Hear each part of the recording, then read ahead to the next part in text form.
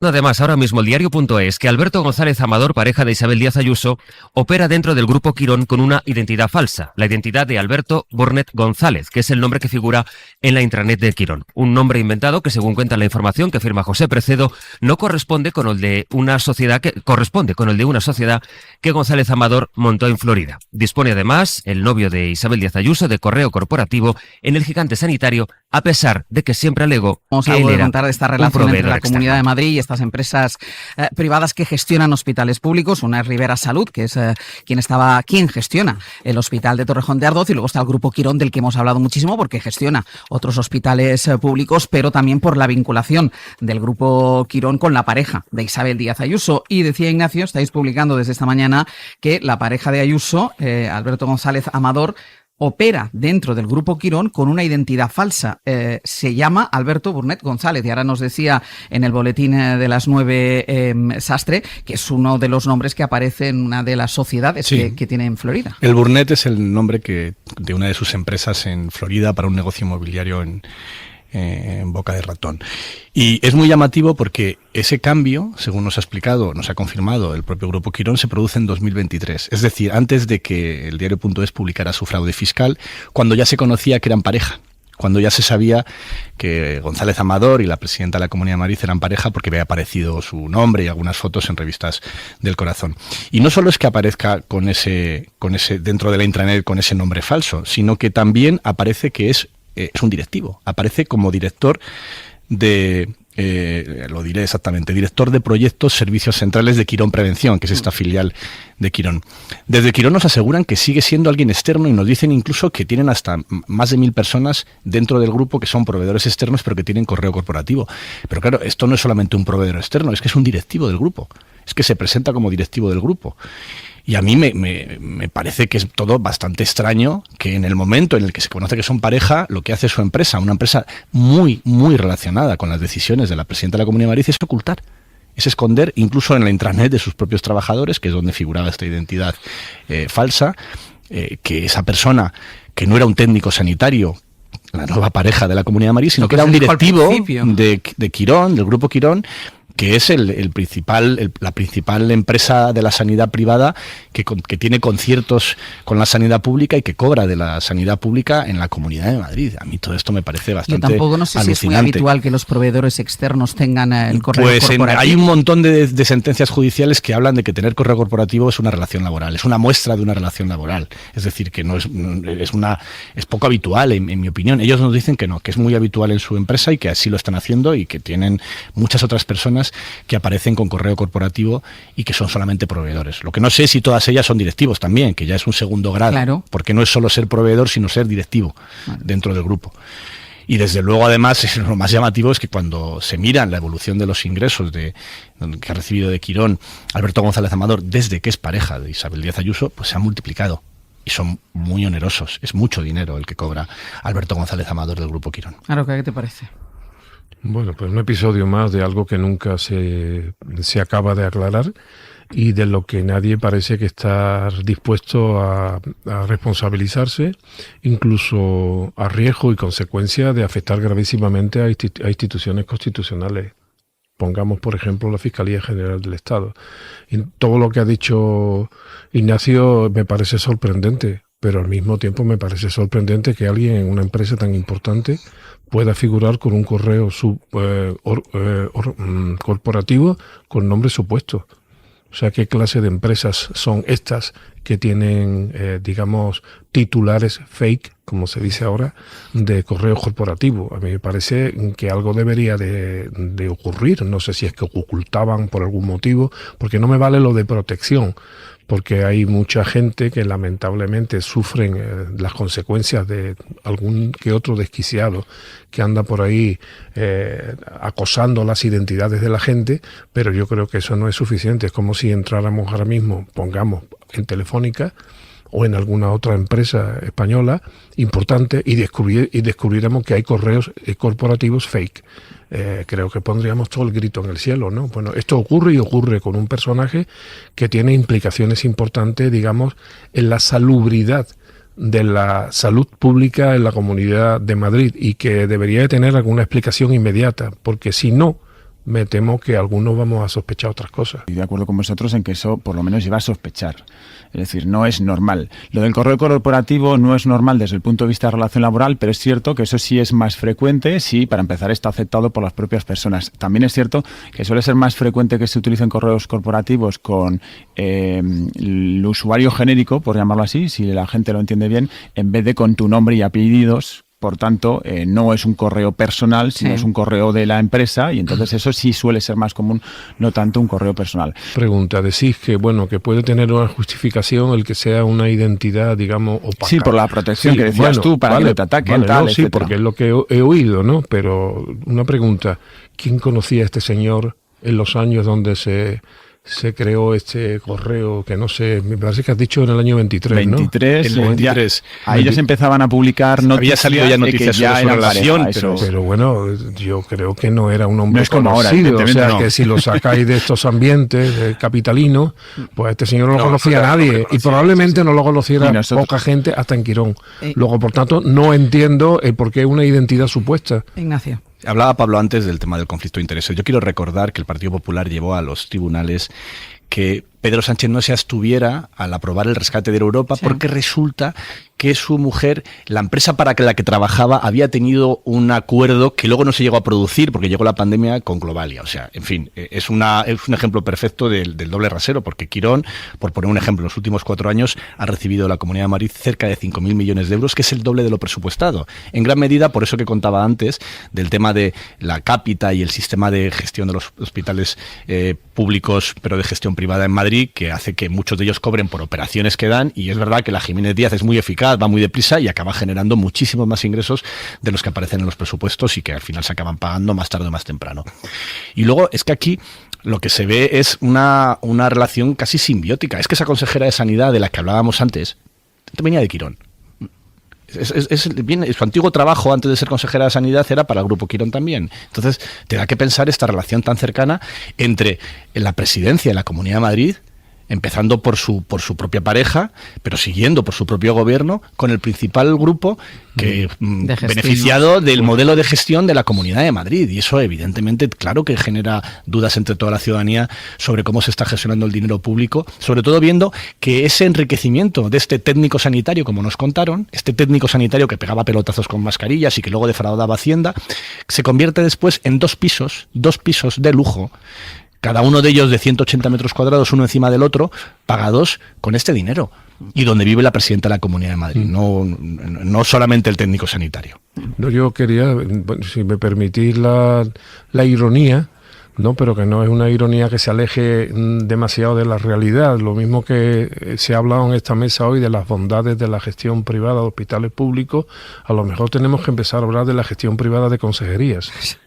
O sea, a lo mejor resulta que no necesitamos o no necesitáis en Madrid una consejera, sino que directamente alguien que nombre Quirón y ya está todo arreglado. O sea, es la privatización ya de todo, incluso de la propia competencia propias constitucionales y estatutarias que tienen los miembros del gobierno de la Comunidad de Madrid. Es decir, cuanto la situación de Alberto González ha pasado a ser la situación de un procesado y prácticamente estamos al borde del auto de apertura de juicio oral que saldrá dentro de unas semanas, la pareja es cada vez más fuerte. A mí me parece que este es el rasgo distintivo. También hay que decir de que Alberto González Amador puede aprovechar el viaje a Boca Ratón, a Florida, uno de los sitios más turísticos más conocidos de los Estados Unidos y más valorados en muchos aspectos, en Palm Beach, para tener algún contacto con alguno de sus socios, en particular con el señor González, que junto con él han formado una empresa en el año 2022, después del pelotazo de la venta de mascarillas, de los 2 millones estos, sobre los cuales defraudó 350.951 euros, para de alguna manera pues dinamizar algunos negocios. Esta empresa, la empresa Burnett, en Miami, está registrada, pero no dice a qué se dedica. Es decir, es una empresa que no tiene, está vaciada. Es un sello por ahora. Pero supongo yo que a partir del 2022, cuando él la creó, pues tenía ciertos planes que de momento no se han materializado. Ernesto, tengo aquí una pregunta para ti, que quiere intervenir Nebot. Sí, Ernesto, a mí me gustaría saber si tú tienes información sobre si, además de lo que nos has contado del señor Amador, tenemos alguna información sobre las relaciones de Ayuso con la política de Florida. Ella, cuando va allí, que va con cierta asiduidad a Estados Unidos últimamente, nos vende que, bueno, que estrecha lazos con la comunidad de allí y que allí, digamos, que es muy conocida y muy aclamada. Sin embargo, las informaciones periodísticas que nos llegan son de la televisión de Telemadrid y poco más en muchas ocasiones, y no parece que tenga esa, digamos, pretendida aceptación entre la gente política de Miami. ¿Ella puede vendernos eso o no? Puede venderlo, pero no solamente porque quiera venderlo, sino que ella tiene unas relaciones magníficas con un sector de la población cubana. Cuando va allí le dicen que le utilizan en el lenguaje cubano, ¿cuándo salís? ¿Cuándo salimos a Sánchez de la Moncloa? ¿Cuándo salimos a Sánchez de la Moncloa? Quiere decir, ¿cuándo echamos a Sánchez de la Moncloa? Eso ha sido registrado en las televisiones locales, y luego pues ella ha recibido las llaves de la ciudad de Miami, nada menos que del alcalde, el señor Francis Suárez, que tiene una relación con ella estupenda. Luego ha estrechado lazos con algunos líderes universitarios de universidades privadas de Miami. Por lo tanto, yo te diría, Marta, que puede venderlo sin inflarlo. Okay. Bueno, vamos a seguir ampliando esto porque la relación de Díaz Ayuso y de su pareja, de González Amador, con Miami viene de lejos, ¿verdad, María Espínola? Así es, la relación de Isabel Díaz Ayuso y su pareja con Miami no es nueva, especialmente para Alberto González Amador. Octubre de 2022, lo acaba de comentar Kaiser, Alberto González Amador constituye una sociedad en Florida cuando ya estaba siendo investigado por la agencia tributaria en España. Según el registro mercantil, se trata de una sociedad radicada en Boca Ratón, ciudad en la costa del sur de Florida, muy cerca de Miami. Lo más llamativo es que el registro de Florida, lo están viendo, da detalles sobre la empresa, pero no especifica la actividad. Un dato más. Como les decía, esa sociedad fue constituida en octubre de 2022. Bien, meses antes, en concreto en el mes de junio de ese mismo año, Isabel Díaz Ayuso realiza un viaje oficial a Miami en busca de proyectos para la Comunidad de Madrid. Sí, antes de ir directamente a la pregunta, hay un elemento que tenemos que tener en cuenta. La ley de blanqueo de capitales del año 2010 establece que, entre otras personalidades, los presidentes de comunidades autónomas tienen que rellenar un formulario que establece que son personalidades políticamente expuestas, PPE. Eso quiere decir que están sometidos a un régimen, y en esa ley dice que las personas que están en una relación sentimental estable también tienen que ser declaradas PPE, personalidades personalmente expuestas. Esta historia, que parece un formulismo, Isabel Díaz Ayuso no la rellenó, y Miguel Ángel Rodríguez aclaró que no consideraba que tenía que hacerlo. Claro, esto le plantea un problema porque también se refiere a su pareja. Si ella lo hubiera hecho, si se hubiera sometido al escrutinio, porque ser PPE quiere decir ser objeto de informes bancarios regulares, de toda una serie de consideraciones de carácter administrativo, jurídico, que permite, por ejemplo, detectar irregularidades, por ejemplo. Ella no lo ha hecho, y creo que en ese sentido, si lo hubiera hecho, a lo mejor, quizás, reconociendo su relación estable, como lo dice la ley, Ley de Blanqueo de Capitales 2010, probablemente podría haberlo utilizado. Vale, Esther, ¿tú crees lo ves justificado? A ver, que ella se vaya de viaje privado yo es que y se entiendo pague que con dinero público la sala VIP. un presidente de gobierno... Más allá de eso, yo creo que Ayuso vuelve a ser víctima de ella misma y de sus propias palabras, es decir, de todo lo que ella reprocha muchas veces a las autoridades del Estado, pues cuando le toca a ella utilizar determinados privilegios, ¿no?, que van con algunos cargos públicos, pues ella no duda en absoluto en utilizarlos. Yo creo que más allá, es verdad que entiendo la posición de que no dejas de ser presidente cuando te vas de vacaciones y pasar por el aeropuerto, pues es una exposición, ¿no?, pues que obviamente si te las puedes ahorrar, yo puedo entender que tenga la tentación de hacerlo. Ahora bien, que eso sea coherente con todo lo que ella viene pregonando desde hace tiempo contra el presidente del gobierno por usar lo que sí que está por ley previsto para las autoridades del Estado, pues es lo que chirría un poco, no, yo no creo a mí, sino creo que un poco es lo que el personaje pues al final le atrapa. Kaiser, creo que querías puntualizar algo, ¿no? Antes de que interviniese. Yo creo que, insisto, en la medida que ella no se somete al escrutinio público y a su pareja, con la fórmula del blanqueo de capitales de la ley, que os recomiendo que la leáis y que veáis todos los términos, porque es muy precisa, en cuanto se refiere a las relaciones sentimentales de los cargos públicos, yo creo que ella debería tener más, más delicadeza y no utilizar, por ejemplo, en este caso, la sala de... Venga, seguimos. Díaz Ayuso y su pareja, Alberto González Amador, siguen ajenos a esta polémica en Miami, donde están de vacaciones. Allí en Miami está Tony Belchi, que es periodista. Buenas tardes, Tony. ¿Qué tal? Buenas tardes. ¿Cómo están siendo las vacaciones de la presidenta y de su pareja? ¿Qué sabéis de esto?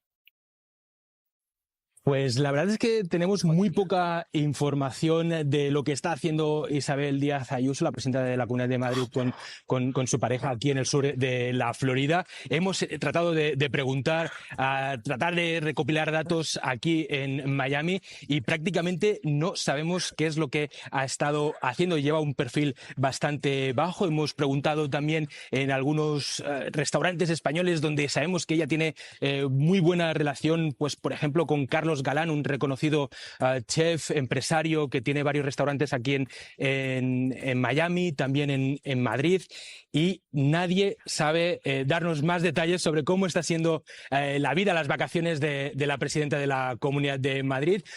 Aquí en Miami, una zona que ya visitó por primera vez hace ya 3 años, vino como presidenta de la comunidad. Fue un viaje polémico porque ya en ese entonces se puso en duda si realmente esa agenda que venía a hacer aquí en el sur de la Florida servía de algo, básicamente porque estuvo 4 días y solo estuvo dando una charla con tour operadores durante 1 hora y luego tuvo un encuentro de otra media hora con la alcaldesa del condado aquí en el sur de la Florida, pero también fue polémica porque de alguna manera lo que quería también Isabel Díaz Ayuso era mostrar esa igualdad que había entre la Comunidad de Madrid con Florida. Recordemos que aquí en Florida no se tomaron ningún tipo de precaución en cuanto al coronavirus y Isabel Díaz Ayuso quería replicar ese mismo modelo y de hecho ella en varios discursos en ese entonces, hace ya 3 años, se vanagloriaba de esas políticas que estaba implementando también en la comunidad. Hace 2 meses, 3, también llegó aquí a... Sí, Tony, por ahí te iba a preguntar, que no es la primera vez que Ayuso está en Miami, y me interesa también saber, claro, estábamos aquí comentando, ¿no? Porque esto viene a raíz de que hoy hemos conocido que en el aeropuerto de Barajas se utilizó y se pagó con dinero público. Sí. Esto, digamos, para Ayuso, cuando el viaje, por lo que nos estás comentando, es completamente privado y no se está, evidentemente, como un viaje privado, no está trascendiendo nada de él, ¿no? Te quería preguntar, sabemos por Ekaizer, por nuestro compañero Ernesto Ekaizer, que la pareja de Ayuso, que González Amador, tiene negocios en Miami, tiene una sociedad allí. ¿Qué se sabe de ella? Sí, pues también se sabe muy poco sobre esta empresa que se fundó hace 3 años aproximadamente. No la creó aquí en Miami, sino en Boca Ratón, que está a 1 hora y media de aquí de la ciudad de Miami. Aquí, a diferencia de España, es muy fácil crear una corporación, una empresa, y tampoco tienes que dar muchos detalles sobre a qué se dedica la empresa. Lo único que tienes que reportar son tus ingresos y reportarlos al Tesoro de aquí de Estados Unidos. Pero esos datos, insisto, a diferencia de España, son muy opacos, es muy difícil saber a qué se dedica. Un dato curioso es que tanto la dirección que pone González Amador como su socio es la dirección que tiene como su gestor, la oficina de la gestoría, es la dirección que pone, por lo tanto... Es también, bueno, difícil también de averiguar si no tiene una oficina o si no tiene un local, ¿no? A lo que se dedica, pues saber más detalles. Es importante también destacar que crear una empresa en Estados Unidos es completamente legal. lo único que pide la ley es que las operaciones se realicen en Estados Unidos. De acuerdo, es decir, que queda no claro, se Tony. utilice Hombre, entiendo que como una la especie de sociedad en pantalla. Estados Unidos es legal. Eso creo que estamos todos de acuerdo.